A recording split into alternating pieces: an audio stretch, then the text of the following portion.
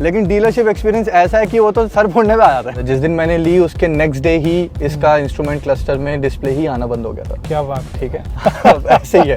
गरीब बाजार में गाड़ी खड़ी करके बोनेट उठा के बैटरी का तार निकाल रहे हैं, फिर जोड़ रहे हैं। हाँ यार एक अपने आग में ये एक तरीके की बेइज्जती नहीं है? बेइज्जती है, बिल्कुल है। मेरे फादर चाह रहे थे बल्कि कि मैं हैरियर या सफारी टाइप गाड़ी लूँ और ज्यादा बड़ी। मेरे फ्रेंड्स भी चाह रहे थे। नमस्कार दोस्तों, एक बार फिर से आप लोगों का स्वागत है। आज हमारे पास एक ऐसी गाड़ी है जिसका हाल फिलहाल में फेसलिफ्ट आया है और फेसलिफ्ट के बाद उसकी डिमांड और ज़्यादा बढ़ गई है। फ्रेम में दिखा दीजिए। और वो आपकी चहीती नेक्सॉन है। नेक्सॉन का ये कलर काफ़ी अच्छा लगा मुझे और गाड़ी है हमारे कनिष्क भाई की। बहुत बहुत स्वागत है आपका। Thank you. और ये डीसीए है। डीसीए का ओनरशिप एक्सपीरियंस आज हम लेने वाले हैं कनिष्क भाई से। इन्होंने काफ़ी गाड़ियाँ चलाई, देखी और इससे ऊपर वाले सेगमेंट में भी गए, लेकिन एंड में इन्होंने नेक्सॉन खरीदी। तो मुझे आप ये बताइए, इससे ऊपर वाला जो सेगमेंट आप बता रहे थे, उसमें कौन कौन सी गाड़ियां देखी आपने? मैंने क्रेटा देख ली। अच्छा। मैंने एलिवेट देख ली। इनफैक्ट मैं हैरियर सफारी तक पहुंच गया था। अच्छा। मतलब मेरे लिए budget was not a issue बिल्कुल भी। मेरे को था कि जितना मैं पैसा खर्च कर रहा हूँ उस लेवल के फीचर्स मेरे को मिल रहे हैं या नहीं। क्रेटा में 19 समथिंग के आसपास मेरे को पड़ रही थी, जो मेरे को ऑटोमेटिक पसंद आ रहा था। बट 19 के पास पहुंचने के बाद भी आपको एंड्रॉइड वायरलेस नहीं मिल रहा है, एडास नहीं मिल रहा है, तो उस लेवल के फीचर्स नहीं थे। अदरवाइज गाड़ी वो बहुत बढ़िया थी। अच्छा। तो मेरे को इसलिए मैंने क्रेटा ड्रॉप की।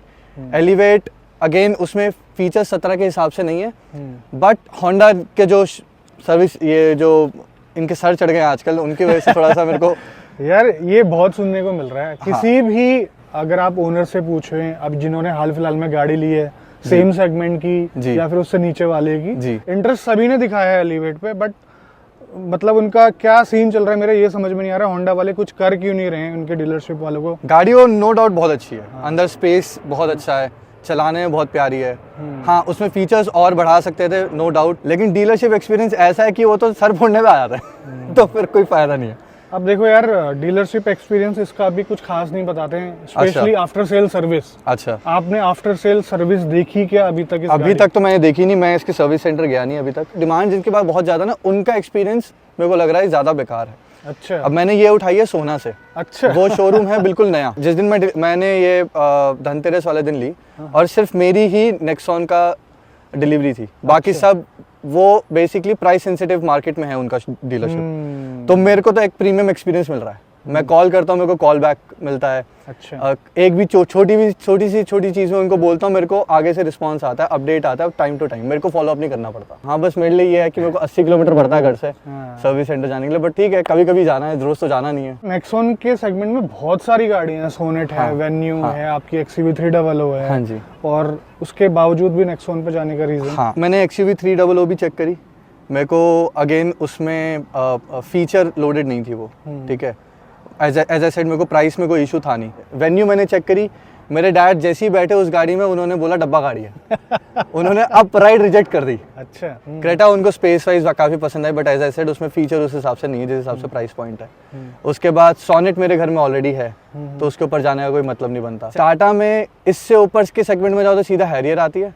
दोनों के बीच में कुछ है नहीं। मैं काफी टाइम तक उसके लिए वेट करता रहा और ये मैं 2019 एंड से मैं कोशिश कर रहा हूँ इसको मैं बाय आउट कर लूँ, बट फॉर सम और दी अदर रीजन, कभी कोविड आ जाता है, कभी कुछ आ जाता है। अच्छा। तो मैं बाय कर नहीं पा रहा था। पहले से पसंद है? हाँ, पहले चलाकर देखी थी? हाँ जी, हाँ जी। इसका AMT चलाया है? इसका मैंने AMT भी चलाया। जो टॉप क्रिएटिव जो इसका भी आया है फेसलिफ्ट में, मैंने वो AMT चलाया है। फेसलिफ्ट का मैंने मैनुअल भी चलाया और मैंने ये अब DCT ले ली। तो तीनों में ड्राइविंग क्वालिटी में बहुत फर्क है। अगर आप तमीज से चला रहे हो, अगर आराम से चला रहे हो, जैसे CVT में आपको फील होता है ना कि आपको बिल्कुल भी जर्क नहीं फील हो रहा है, वैसे ही आपको देगा। मुझे एक बात बताइए, जो AMT आता है इसका, हाँ जी, और AMT से इसके ऊपर जाने में जो आप पैसा देते हो, हाँ, एक्स्ट्रा 50-60 हज़ार रुपए, हाँ, वो वर्थ है क्या? मेरे हिसाब से तो वर्थ है। अब देखिए, AMT जैसे मैंने चलाई तो AMT और मैनुअल में कोई ज्यादा फर्क नहीं है, मतलब ड्राइविंग क्वालिटी के हिसाब से। बस यही है कि आपको क्लच नहीं दबाना है, बस इतनी सी सरदर्दी हटी है और कुछ नहीं है। बाकी सब कुछ आपको ड्राइविंग क्वालिटी में कोई शायद 10 पैसे का भी फर्क नहीं है। बट DCT में जब आप आते हो तो आपको बहुत ज्यादा फर्क फील होता है। शोरूम्स में DCT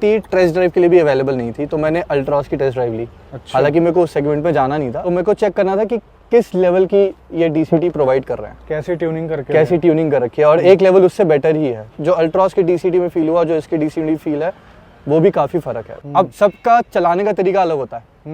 मैं चलाता हूँ बहुत प्यार से, बहुत आराम से। मेरे को ऐसा नहीं है कि हाँ कोई जा रहा आगे जान दो। तो मैं वो रेव वाली चीज़ नहीं करता हूँ, तो मेरे को उस हिसाब से फुल पावर मिल रही है और मैं बहुत इजीली चलाता हूँ। मेरे को आज तक शायद एक दुक्का बारी पता चला होगा कि गियर चेंज हो रहा है, अदरवाइज मेरे को गियर शिफ्ट पता ही नहीं चलता। जैसे मैं लगभग 1300 किलोमीटर चला चुका इसको, एक्सपीरियंस धीरे धीरे और रिफाइन होता जा रहा है। ऐसा लगता है कि गाड़ी समझ रही है कि आप इतनी रेस दे रहे हो तो इसके ऊपर नेक्स्ट गियर पे जाना चाह रहे हो, नीचे वाले गियर पे जाना चाह रहे हो। ये आपकी जो ड्राइविंग हैबिट है उसको अडेप्ट कर रहा है। 15,18,000 रुपए आपने इसमें खर्च करे हैं। हाँ जी। अभी आप कह रहे हैं कि इसका नंबर आना है, आरटीओ आना है। आरटीओ लगभग ऐसे मैं क्या BH सीरीज ले रहा हूँ तो लगभग 23-24 हज़ार हो जाएंगे, तो लगभग 15.5 की मेरे को पड़ जाएगी। 15.5 लाख आपने खर्च करे, उसमें वर्थ लग रही है गाड़ी? बिल्कुल वर्थ, मेरे हिसाब से वर्थ है, क्योंकि एज आई सेड मैं इससे पहले मैं यूएस में जीप समिट चला रहा हूँ और वो भी मेरी DCT है। अच्छा। अब मैं उसके लेवल का तो नहीं कह सकता, लेकिन हाँ उससे काफी क्लोज है, मतलब 18-20 का क्लोजर है। ठीक है, कुछ फीचर्स थे ऐसे जो मेरे को गाड़ी में मैंडेटरी चाहिए थे, जैसे वेंटिलेटेड सीट्स हैं, रियर डिफॉगर है, और जो इसका आगे क्लस्टर में ही नेविगेशन आ जाता है, वो मेरे को बड़ा काफी पसंद आया। गिमी की फीचर्स बोलो या कुछ भी बोलो, लेकिन मेरे को चाहिए थे। अच्छा। अब 15.5 में जाना ही पड़ता और कोई ऑप्शन था नहीं मेरे पास। चलिए अब चलाते चलाते बात करते हैं। ये बता रहे हैं कि ओवर द टाइम इस गाड़ी में जो एक्सपीरियंस है DCT का वो स्मूथ होता जा रहा है, तो थोड़ा सा हम भी फील करके देख लेते हैं। आइए। काफ़ी क्विक है अगर हम कंपैरिजन करें नॉर्मल जो AMT आते हैं। ऑल द टाइम जो है ना गाड़ी के इंजन को रिलैक्स करके चलता है ये गियर बॉक्स। अभी हम लगभग 37 की स्पीड में हैं, 37-38 की। ये 4th गियर में चला रहा है गाड़ी को, तो काफ़ी रिलैक्स होके चल रहा है। और मैं थोड़ा सा पेडल टैप करूँगा तो ये अच्छा खासा पिक करने की कोशिश करता है, और ज़्यादा टैप करूँगा तो ये डाउन स्विफ्ट भी करेगा। तो कभी आपने इसकी परफॉर्मेंस चेक करने के लिए अच्छी तरीके से चलाया है? मतलब मैं इसको 110-120 तक तो लेके गया हूँ। दिखता है, पता चलता है कि कितना ज़्यादा पावर शिफ्ट में फ़र्क आ रहा है। इको मोड में सबसे कम पावर थ्रो करेगा, स्पोर्ट्स मोड में सबसे ज़्यादा, और वो पता चलता है। और उसी टाइम पे जो इसके मैंने पैडल शिफ्टर्स भी यूज़ करे मैनुअल मोड में चलाने के लिए।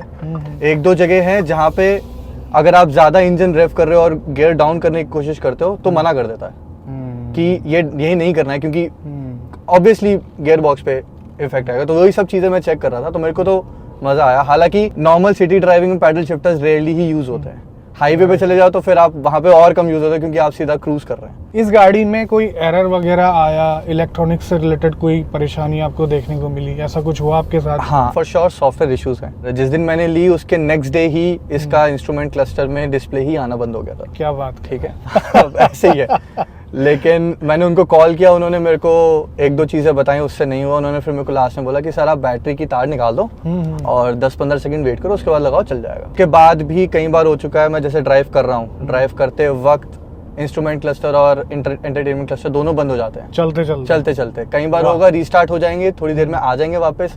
कई बार होता है, 1-2 बार हुआ है कि आया ही नहीं वापस, मतलब घर तक पहुंच गया मैं अपनी जो भी डेस्टिनेशन में, वहां तक पहुंच गया, तब तक क्लस्टर में कुछ आया नहीं डिस्प्ले। तो जैसे मतलब थॉट है ना कि हाँ 360 डिग्री कैमरा है तो उसके ऊपर रिलायबल रह सकते हो, तो 100% रिलायबिलिटी नहीं रह सकती, क्योंकि आपको देखना पड़ेगा अपने हिसाब से कि भैया शीशे वीशों का आदत डाल लो। अब आप एक चीज सोचो, आप कहीं ट्रैवल कर रहे हैं, मान लो कि ये चला गया, डिस्प्ले चली गई, आप गाड़ी भरी बाजार में गाड़ी खड़ी करके बोनेट उठा के बैटरी का तार निकाल रहे हैं, फिर जोड़ रहे हैं।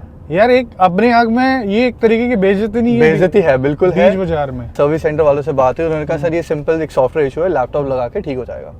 मेरा उनको ये कहना था कि यार अगर ये ठीक हो सकता है, सॉफ्टवेयर इशू है, तो कंपनी से करके भेजो ना, क्यों मेरे को पहले इधर से उधर घुमा रहे हो। बट ठीक है, अब it is what it is. उसके बाद कभी गए आप सर्विस सेंटर? अभी तक मैं नहीं गया हूँ। अच्छा। मेरा कल परसों का प्लान है, मैं जाऊंगा। इसकी सर्विस भी आई गई है, लगभग 1000 या 2000 के बीच में सर्विस इन्होंने बोली थी, तो मैं सर्विस भी कराई लूंगा। एक चीज का मेरे को शांति है एटलीस्ट, कि ये चीजें हैं जो अगर नहीं भी चल रही तो आप तब भी गाड़ी चला सकते हो। ऐसा नहीं है कि DCT है तो गाड़ी ही चलनी बंद हो जाएगी, वो चीज़ नहीं हुई मेरे। मतलब मैं उसकी भी काफ़ी वीडियोस देख चुका हूँ, पुराने नेक्सॉन की गाड़ी चलते चलते बीच में मैल फंक्शन कर गई, रुक गई, मूव नहीं हो रही है, तो वो चीज़ नहीं हुई है अभी तक मेरे साथ। डर रहता है दिल में थोड़ा। वो रहता है क्योंकि ये होता है तो फिर लगता है कि यार वो चीज़ ना हो। बाकी ये सब चीज़ें ऐसी हैं, चल रही हैं, हो रहा है, कोई बात नहीं। हालांकि होना नहीं चाहिए, मतलब ऐसा नहीं है कि 5-10 रुपए खर्च किए हैं, मतलब 15.5 खर्च कर रहे हैं तो होना नहीं चाहिए। एकदम सीमलेस एक्सपीरियंस मिलना चाहिए, बट ठीक है। अब मुझे एक बात बताओ यार कि फ्यूल एफिशिएंसी क्या दे रही है, कितना निकाल रहे हो? मुझे लगता है कि आपने 2 बार टैंक फिल करवा दिया। मैं ये शायद 3 बार या 4 बार टैंक फुल करा चुका हूँ। 1300 किलोमीटर में ओनली? लेकिन एक्चुअली जब मैंने अभी रिसेंटली ठीक करने के लिए दी थी गाड़ी, जो मेरी एक्सीडेंट हो गई थी हल्की सी। एक्सीडेंट भी हो चुका है? हाँ, अच्छा, तो एक्सीडेंट के टाइम पे जब आप बॉडी शॉप में गए हाँ उनके, जी। तब कैसा मिला आपको? मेरे को कोई इशू नहीं आया। अच्छा। मेरे कज़न है, उनके पास टाटा ही है, उनके पास टियागो है, तो 3 साल से यूज़ कर रहे हैं। तो उनके थ्रू मैंने बात करी, मुझे कोई इश्यूज़ नहीं आए बॉडी शॉप में। मैंने सिंपली सारी बात फ़ोन पे कर ली थी, मैंने गाड़ी जा करके उनको दे दी। उन्होंने जो डेट मेरे को कमिट करी उससे 2 दिन पहले ही गाड़ी रेडी हो गई थी। सेटिस्फैक्टरी काम करके दिया? हाँ, जो भी मैंने खड़े पैर भी, मैंने अगर उनको कोई एक्स्ट्रा चीज़ भी बोली वो भी उन्होंने मेरे को करके दी, बहुत आराम से करके दी, कोई इश्यूज़ नहीं। सब लोग बोलते हैं कि सर्विस सेंटर में इश्यूज़ हैं, लेकिन हमें देखना है कि हम किस हिसाब से उसको हैंडल कर रहे हैं। कई लोग होते हैं जो बिल्कुल ही गुस्से में आ जाते हैं, लड़ने लग जाते हैं, उस हिसाब से काम होते नहीं है। मैंने कई लोग देखे भी है वहाँ पे। अच्छा। जो छोटी छोटी चीज़ों पे लड़ने लग जाते हैं। उससे ऐसा भी तो हो सकता है कि वो छोटी छोटी चीजें काफी लंबे टाइम से चल रही हो। हाँ, पॉसिबल है, लेकिन लड़ने से तो कोई हिसाब बनेगा ही नहीं ना कभी भी। ये तो प्यार मोहब्बत से जितना काम हो जाए उतना अच्छा है। जो मेरे को भैया ने भी बताया, एज आई सेड, वो 3 साल से यूज कर रहे हैं गाड़ी, तो over the period of time उनका भी एक्सपीरियंस बेटर हुआ है। सेफ्टी वाइज सब जानते हैं, जग जाहिर है कि बढ़िया गाड़ी है। मेन मेरा सेफ्टी की वजह से ही था कि मैं टाटा की तरफ ज्यादा इंक्लाइन था। आपकी जान है तभी आप पैसा खर्च कर सकते हो ना, पैसे का क्या करोगे, ठीक। सेकंड, मेरे ब्रदर के पास ऑलरेडी सोनेट है। जब वो सोनेट ले रहा था तब भी मैं उसको कह रहा था कि नेक्सॉन ले ले, उसने नहीं ली।